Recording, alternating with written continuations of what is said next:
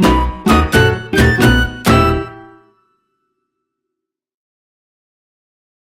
guys, it's Gloria, Cheap Yummy Shiny. I know, I look a little rough this morning, and I didn't put anything out for a video last week, so I apologize for that. I've been working a crazy amount of hours, and it's just been kind of continual, and the hours have just been different enough to throw me off, so that I'm tired at weird times, and I'm awake at weird times. Oh, news industry. Anyway, so I'm just having my coffee this morning, getting ready for work, and I don't look that great. Part of the reason, besides being a little tired, is, and I thought I would let you know how I take care of this issue, because some of you might have the same problem. I used to never have sensitive skin, and as I've gotten older, I've gotten more sensitive. So I'd say in the past 5-6 years, I would start really reacting to any hair removal on my face, like waxing specifically, or depilation, like either mechanical, like with wax or a machine or whatever. If it's pulling it out by the roots, my face reacts and I get puffy. This is what happens to me. This is great compared to what used to happen to me until I figured it out. But I'll have an inflammatory response, and so that's why I'm looking a bit puffy this morning. I'm looking in the mirror, in case you're wondering where I'm looking. Normally, all this, and I'm probably going to get a few, they look like pimples. They're not, is it like little staph things, like whenever it's the same thing that you get when you wax anywhere else.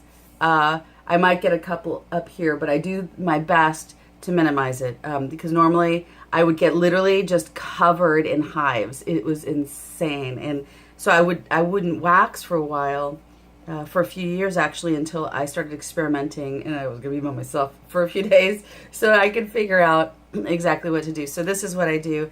One thing I do is I have an astringent with some salicylic acid in it,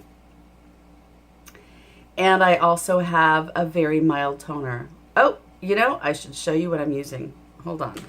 So this is what I use in this order. So as soon as I'm done waxing, and I've found if I use sugar wax, it's easier on my face, because I can remove it more easily, and it doesn't leave a residue because it's just really sugar and possibly a little bit of lemon and some preservatives. So one of the first things I do after rinsing it off my face and drying gently, is I use this Effaclar La Roche-Posay. Is that what I've never been able to say it right. This does have salicylic acid in it. So I very gently use a cotton pad for this. And you can tell I'm actually hoarse this morning. And again, it has to do with the inflammatory response. It's really weird that that happens. And on top of that, it's hot. So it just makes it harder for me on, I knew what was going to happen when I was doing this. The other thing I use, and funny enough, it's from Brandless. I'll do a video about Brandless. That's been one of the videos I really want to do. But this is their toner. It's really simple, really gentle. It has water, witch hazel, glycerin. Let's see, I think it's not calendula, but it's something else. Apple extract. Very basic, really gentle, very mild. And I use that immediately after this, and I don't do anything else. Don't put lotion on your face, don't put aloe vera on your face. I know that it goes against everything, or at least this is what works for me. It goes against everything that everyone's told you what to do. But if I put anything on my face, like a lotion or an aloe vera or a gel, or even my favorite or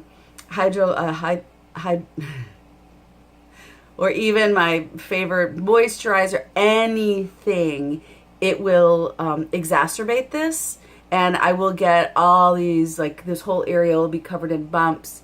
They look like little whiteheads, but they're I think they're like little staph things. It just happens sometimes when you wax, and unfortunately when your skin's really sensitive on your face, it happens on your face. And then it looks like you're just a teenager again. As it is, I'm going to get a couple here. I can see I'm going to get a couple here, and a couple here, maybe one there. Maybe one there. I can feel that one. So leave it alone. Leave it alone. This is the day after, so it's been 8 hours longer maybe. So I did my full normal face routine this morning, and it should be fine. So at this point, all I'm going to do is cover it up with a little bit of makeup, not too much, because when you're puffy, it just somehow exacerbates the fact that you're puffy. And I've tried camouflaging it with darker colors and everything else. Doesn't work.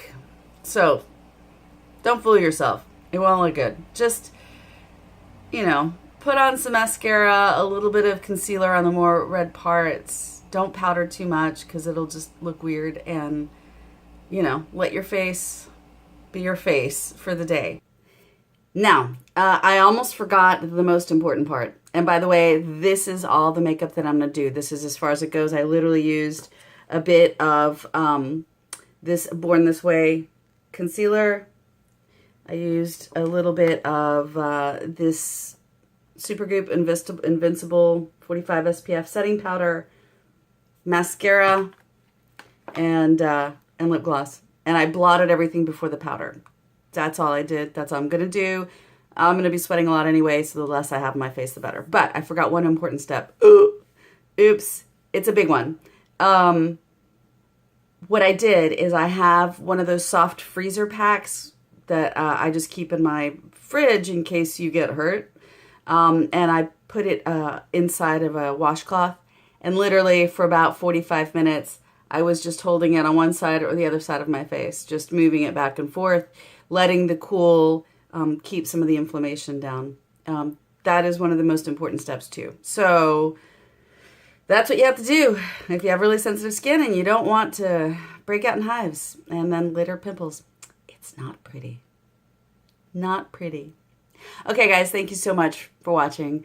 Remember, like the video, share it, subscribe below, and let me know what you think. Bye.